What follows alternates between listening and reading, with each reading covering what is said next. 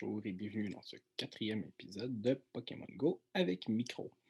Donc, dans cet épisode, je vais vous montrer quand et comment utiliser votre poussière d'étoile. Donc, nous allons commencer par regarder les deux Magmars qui sont présentement chez moi. Donc, lui ici, il a un CP de 618.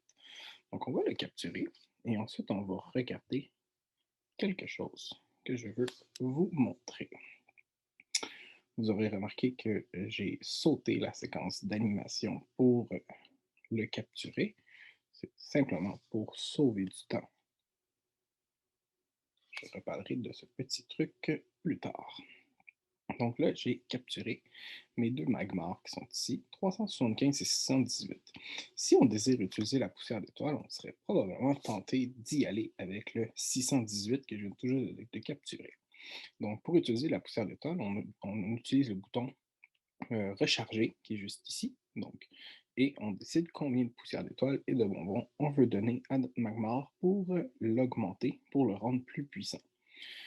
Je vous avertis tout de suite, il ne faut absolument pas faire ça. Il faut le plus possible garder ses bonbons et garder sa poussière d'étoile pour vraiment le faire lorsqu'on va avoir le meilleur Magmar possible.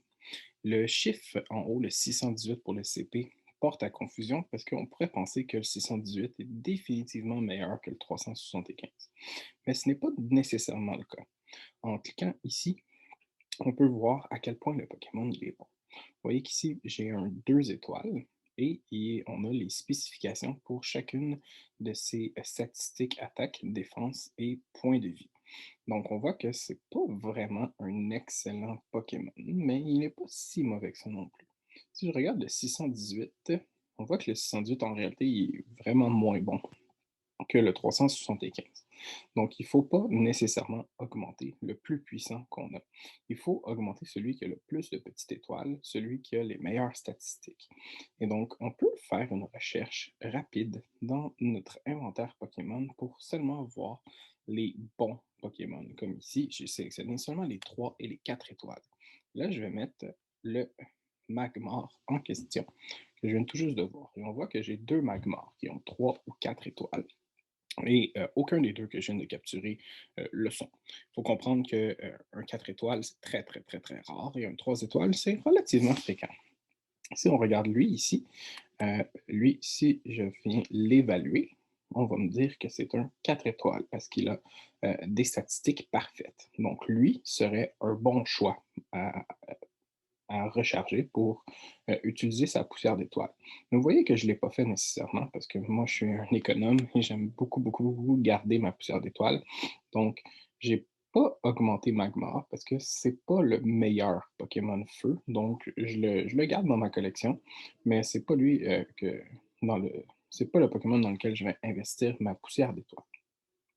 Et en parlant de poussière d'étoile, malheureusement, mon Raichu a disparu. J'avais un Raichu qui était juste ici au début de la vidéo. Et je voulais le capturer pour vous montrer la poussière d'étoile que ça allait me donner. Lorsqu'on capture un Pokémon qui est une forme évoluée d'un autre Pokémon, ça nous donne plus de poussière d'étoile. Donc, lorsqu'on capture on appelle ça un premier stage d'évolution, donc comme un Salamèche, un Charmander ou un Pikachu, par exemple, ça va nous donner un 100 poussières d'étoiles. Comme ici, j'ai capturé un Hitmonlee et ça me donne un 100 poussières d'étoiles. Évidemment, aujourd'hui, on a un événement de double poussière, donc ça nous donne un 200.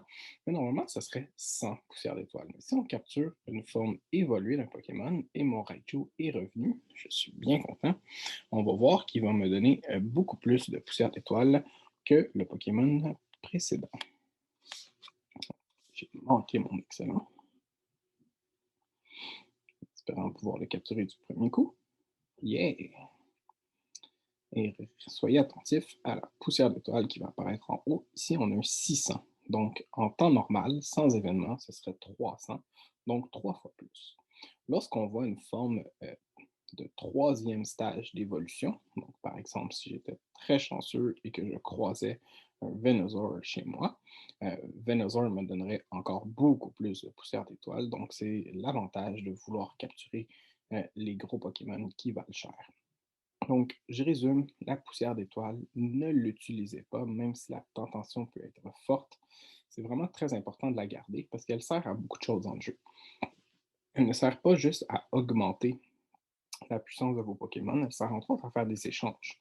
Et lorsqu'on trouve un Pokémon rare, ça peut être très intéressant de l'échanger contre un autre Pokémon rare qu'on préférait.